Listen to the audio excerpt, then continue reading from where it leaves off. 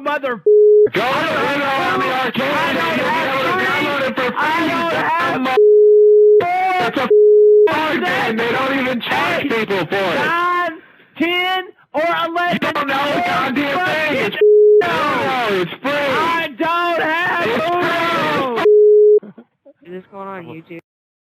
Time for another revisit, and today we're gonna be talking about the penis! And today we're gonna be talking about the most prolific character in the game, Eliza. What she lacks in base attack, she more than makes up for with her base kit, having an incredibly versatile array of tools at her disposal. Osiris Spiral as a decent multi-hit move with potential bleed, Sekhmet's Bite as a potential curse, Sekhmet's Fury as a source for haste, and Uppercut, a long-lasting stun move with 50% odds at level 15. Not even Band can match that shit. Even her taunt and burst see use on the occasion, Scarlet Lady's working as extra recovery and the burst for guaranteed curse. But two moves are a massive highlight within Eliza's kit. First we have Chaos Banish, which doubles down as both an easy heal block source and instant guaranteed buff removal on hit. Having such an easy access and easy to use special move makes Chaos Banish a must-have on almost any given situation. But another move has been gathering popularity and demand over the years. Weight of Anubis. It's a command grab with no effect and no damage value attached to it. Its only purpose is to chuck the opponent upwards and towards you. That's all there is to it, and that's all it takes to give it a worth. By combining it with some of the previously discussed moves, Uppercut being a good example, you can initiate a combo at any given moment as long as you have Anubis ready. Just keep in mind that on tag-ins you can't use it right away, due to the game registering one of Eliza's luckies being present. I know it sounds minor, but it's a pitfall many people fall under.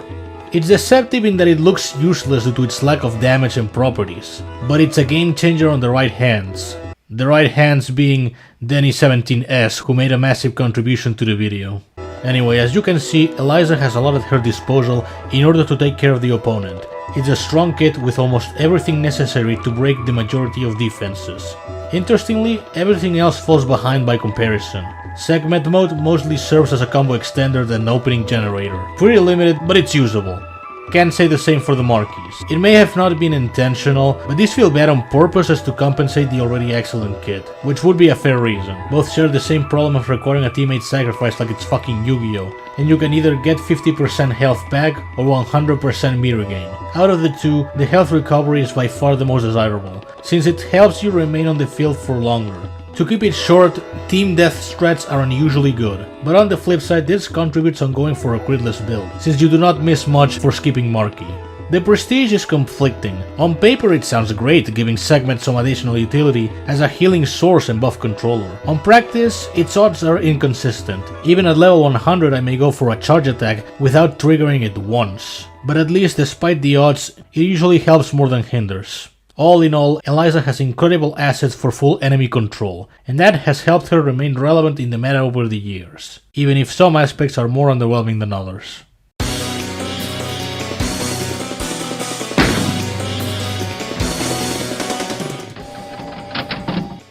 At first glance, Denile may give the impression that she has respectable niches, thanks to her easy access to debuff cleansing and long-lasting immunity. However, when it comes to Eliza's, that immunity niche has been taken over by the likes of Mommy Dearest. And even still she lacks two crucial features. The first one is attack, which was a given for a bronze variant, but it still could work by virtue of using it against Don't Poke the Viewer.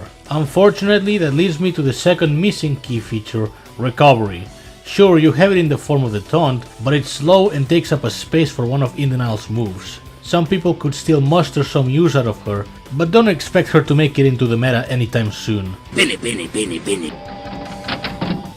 In the previous video where I discussed Decrypted, I gave her the benefit of the doubt where her gimmick to steal buffs and her meter control would help her gain some additional edge on the combat. Regrettably, she hasn't been able to do much with it. When it comes to taking away buffs, it needs to be something very specific such as invincibility, otherwise a Chaos Banish is much faster. The meter control in the form of Wither seems like a good addition at first, but making use of Weight of Anubis with Uppercut renders it somewhat redundant.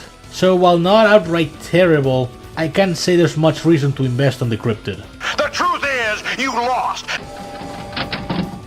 Tomb and Gloom is an unfortunate case of potentially useful, but bogged down by several factors. She has several debuffs that for offensive support purposes they could be useful, such as Hex, Curse, Wither, etc. However, having them inflict once per blockbuster makes her much slower to use, and due to being on a randomized pool, it may occur that you get the same debuff twice. Works for Wither, not so much everything else. The evasion is nice, but it doesn't contribute much outside of ignoring a free hit or two. So in the end, if you enjoy playing a debuff roulette, I genuinely don't know what to tell you. Have at it? Yeah, sure, why would I care? Humiliation. What makes Bloody Valentine a very popular option is her recovery through special moves, which unlike blockbusters rarely go unpunished. And given specials like Anubis, Chaos Banish and Uppercut, she keeps the opponent in check along with a constant healing stream. And it's a noticeable amount, being 10% per special. This means that going with 5 specials, you can easily recover half of your health bar. It goes without saying that special cooldown is quite relevant on her. And also because of these traits, she's commonly used against Don't Poke the Bureau. Her meter aspect is a nice bonus, but nowhere near as prevalent as the recovery. Highly recommend her as an early crutch and a late game self healer. A fucking VB!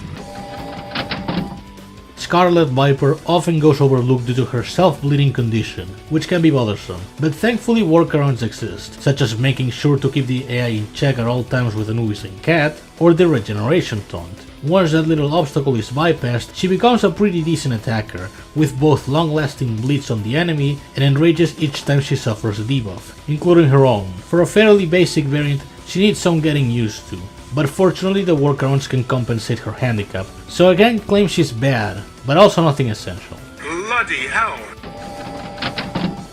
Red Velvet has been an integral part of the Rift Battles metagame, thanks to how easily she inflicts Hexal to the opponents.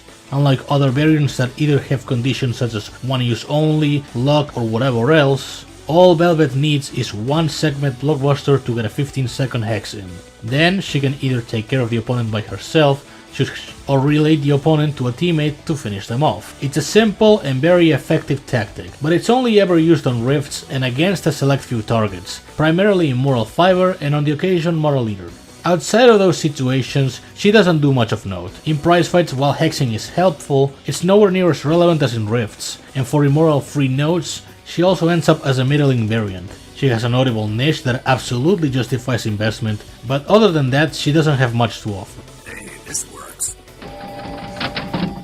Diva Intervention is notable as one of the earliest pain wheel counters in rifts, and also one of the most dated. As the only Eliza that actively uses segment mode for her ability, she has decent tools in meter drain and leech recovery, the latter being the reason why she is used against Don't Poke the Bureau. Unfortunately, her major downside is being very vulnerable to blockbusted, since while you recover you also gain instant meter, and it leads to greater odds of having your blockbuster disabled and following segment uses locked. You can bypass it with something as easy as immunity support, or leave the meter ability uninvested and make use of the recovery only.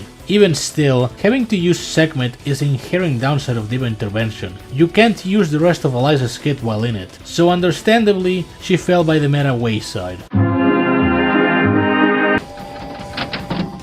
In terms of exclusives, Inner Pieces is a prime example of both being desirable for her scarcity and for her practicality. Many uses can be extracted from both her buff gain and buff transfer. Her most common and useful asset is gaining regeneration from segment blockbusters, reaching 5 stacks quite quickly, but other uses can be obtained by gaining Enrage for some extra horsepower and Blessing for revival strategies. However, the buffs you gain depend entirely on the elements from your teammates, so plan wisely who you'll be carrying along the fight. The same applies to the buff transfer, as she can pass her own buffs to teammates or serve as a bridge between one variant and the other, like having Blitz and Glamour and then pass the Timeless immunity to your third variant of choice. I could go on with potential teams, but the possibilities are never ending. Inner Pieces will ask a lot of experimentation from your part, and doing so can tap into a lot of potential, so get experimenting. You stupid monkey!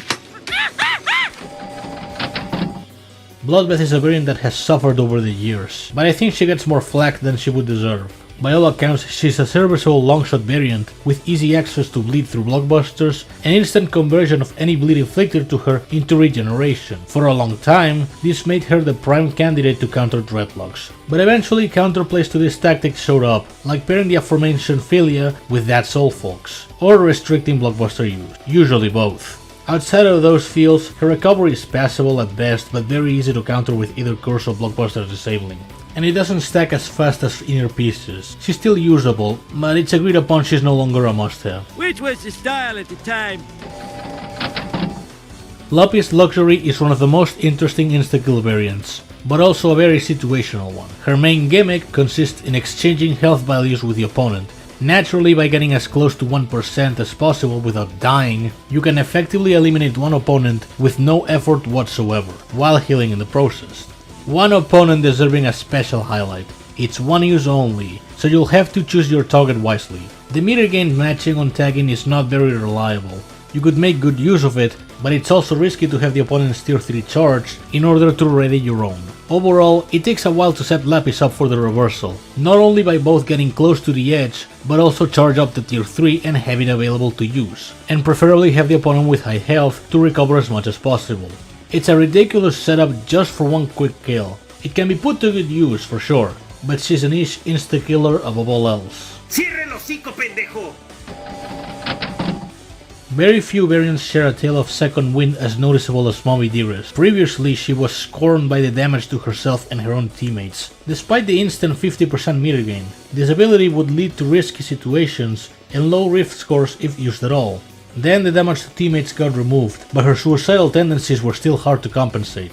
Now with her current form, she's risen to highly desirable status. She still suffers 10% damage on special use, but the heavy regeneration more than compensates for it. You actively have to try in order to kill yourself. Compared to the previous form, you don't get as much meter, but 35% is still plentiful enough. But the cherry on top is that on segment use, you gain both immunity and blessing for 30 seconds. With these properties, she makes for an excellent choice on Diva of heavy notes, Don't Poke the Viewer, or a mix of both. But she's not outright easy to use. You have to be careful around special usage, because while self-death is a hard prospect, you're still losing health points and rifts should you recklessly spam. But if you know where and how to use her, she can indeed provide great results. French. As the best and only way to put it, Standout is an outstanding buff controller.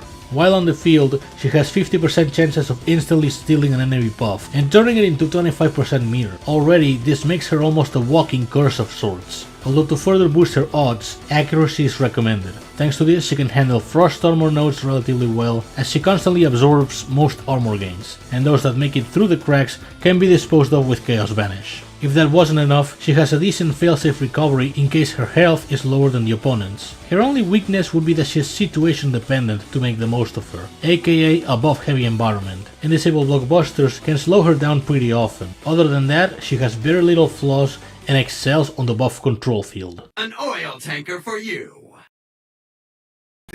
Sigue cargando en ese camino y se lo lleva con ese super. Increíble y todo el teabag, no.